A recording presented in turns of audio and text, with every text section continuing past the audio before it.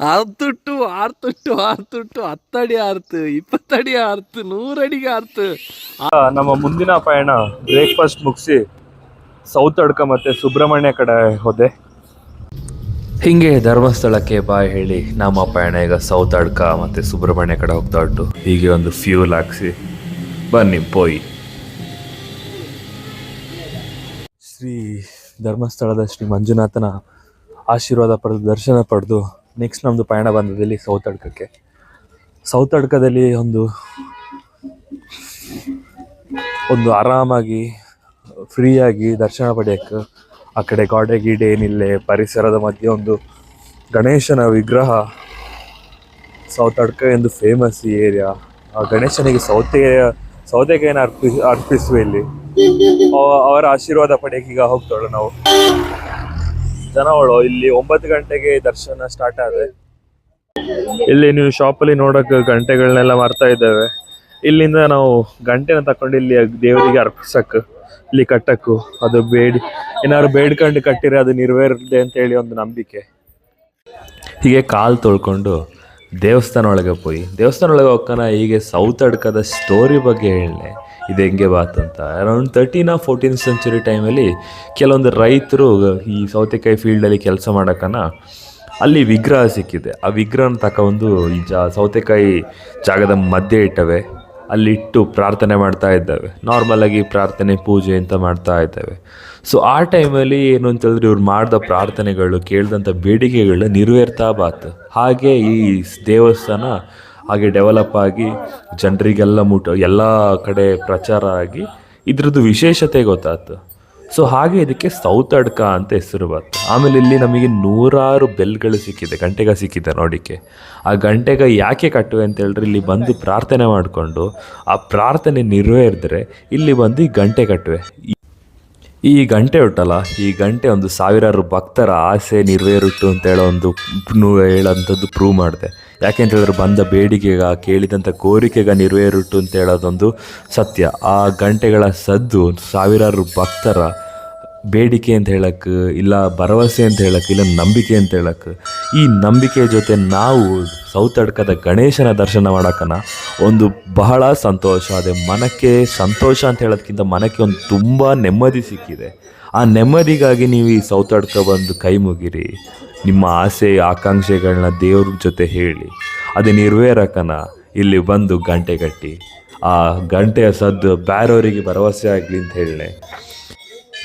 ಹಾಗೆ ನೀವು ಸೌತ್ ಅಡ್ಕ ಬಾಕನ ಈ ಅವಲಕ್ಕಿ ಪ್ರಸಾದನ ಮಾತ್ರ ಮಿಸ್ ಮಾಡಬೇಡಿ.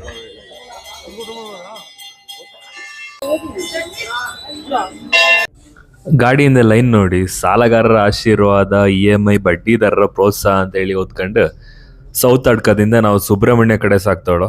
ಅಲ್ಲಿ ಸುಬ್ರಹ್ಮಣ್ಯಗೆ ಹೋಗಿ ಅಲ್ಲಿ ದೇವರ ದರ್ಶನ ಪಡೆದು ಅಲ್ಲೇ ಊಟ ಮುಗಿಸಿ ನಮ್ಮ ಪಯಣ ಮನೆಗೆ ಹೋದೆ. ಈಗ ಟೆಂಪಲ್ ಒಳಗೆ ದರ್ಶನ ಮಾಡೋಣ. ಈ ಸಲ ನಮಗೆ ಅರೌಂಡ್ 30 to 45 minutes ಒಳಗೆ ದರ್ಶನ ಆಗುಟ್ಟು. ಜನ ಸಹ ತಾರಮಾರ ಇತ್ತಲೆ ಸಾಧಾರಣವಾಗಿದ್ದು ಸುಬ್ರಹ್ಮಣ್ಯದಲ್ಲಿ. ಧರ್ಮಸ್ಥಳದಲ್ಲಿ ಸ್ವಲ್ಪ ಜಾಸ್ತಿನೇ ಇದ್ದು, ಬಟ್ ಇಲ್ಲಿ ಸುಬ್ರಹ್ಮಣ್ಯದಲ್ಲಿ ಸ್ವಲ್ಪ ಜನ ಕಮ್ಮಿ ಅವಳು. ಹಾಗೆ ಹಿಂಗೆ ಕ್ಯೂ ಅಲ್ಲಿ ನಿಂತು ಇಲ್ಲಿ ಡೆಕೋರೇಷನ್ಸ್ಗೆ ಸಮೇತ ಲಾಯಕ ಇತ್ತು. ಇನ್ನು ಟೆಂಪಲ್ ಒಳಗೆ ಹೋಗಿ ದರ್ಶನ ಪಡೆದು ಹಿಂಗೆ ಪೀಸ್ಫುಲಿ ಹೊರಗೆ ಬಂದು ಈ ಬೆಳ್ಳಿ ರಥನ ನೋಡಿ ಹಾಗೆ ಟೆಂಪಲಿಂದ ಹೊರಗೆ ಬಂದು ನೆಕ್ಸ್ಟ್ ನಾವು ಪಯಣ ಆದಿ ಸುಬ್ರಹ್ಮಣ್ಯ ಕಡೆ ಹೋದೆ.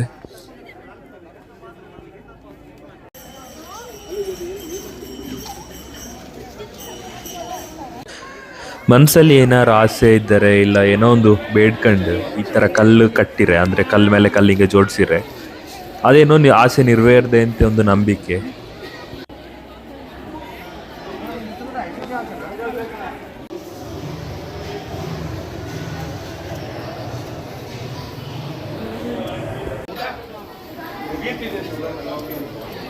ನಮ್ಮ ಕನಸುಗಳು ನೆರವೇರಲಿ ಅಂತ ಹೇಳ್ಕೊಂಡು ನಾವು ಇಲ್ಲಿ ಕಲ್ಲು ಜೋಡಿಸ್ತಾಳೋ.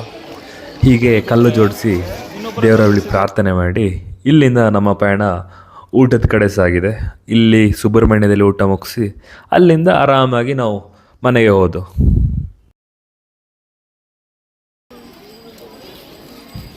ಕಳೆದ ವರ್ಷ ಧರ್ಮಸ್ಥಳದಿಂದ ಒಂದು ರಿಮೋಟ್ ಕಾರ್ ತಗೊಂಡಿದ್ದೆ. ಈ ವರ್ಷ ಹೆಲಿಕಾಪ್ಟರ್ ತಗೊಂಡೊಳ್ಳೆ.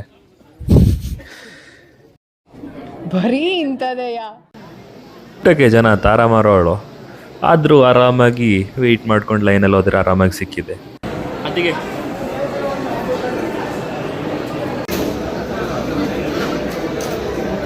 ಇಲ್ಲಿಗೆ ನಮ್ಮ ಟೆಂಪಲ್ ರನ್ ಸಮಾಪ್ತಿ ಆಗ್ತಿತ್ತು. ಬನ್ನಿ ಮನೆಗೆ ಹೋಗಿ. ಹೆಲಿಕಾಪ್ಟರ್ ತೆಗ್ದಾತು, ಈಗ ಆರ್ಸೋ ಟೈಮು. ಬನ್ನಿ, this is how we start this helicopter. And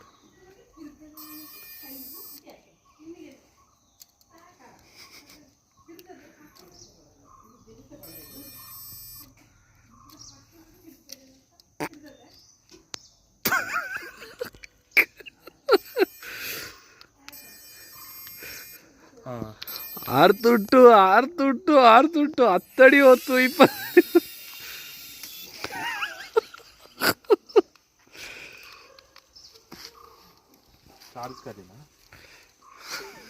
ಆರ್ತುಟ್ಟು ಆರ್ತುಟ್ಟು ಆರ್ತುಟ್ಟು 10 ಅಡಿ ಆರ್ತು 20 ಅಡಿ ಆರ್ತು 100 ಅಡಿಗೆ ಆರ್ತು ಆರ್ತನೇ ಹೋತು.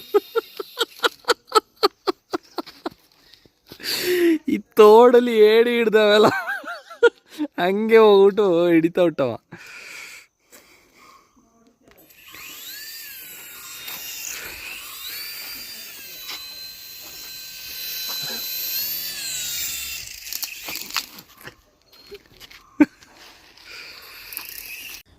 full unrespect, guys. So until my next vlog, stay tuned.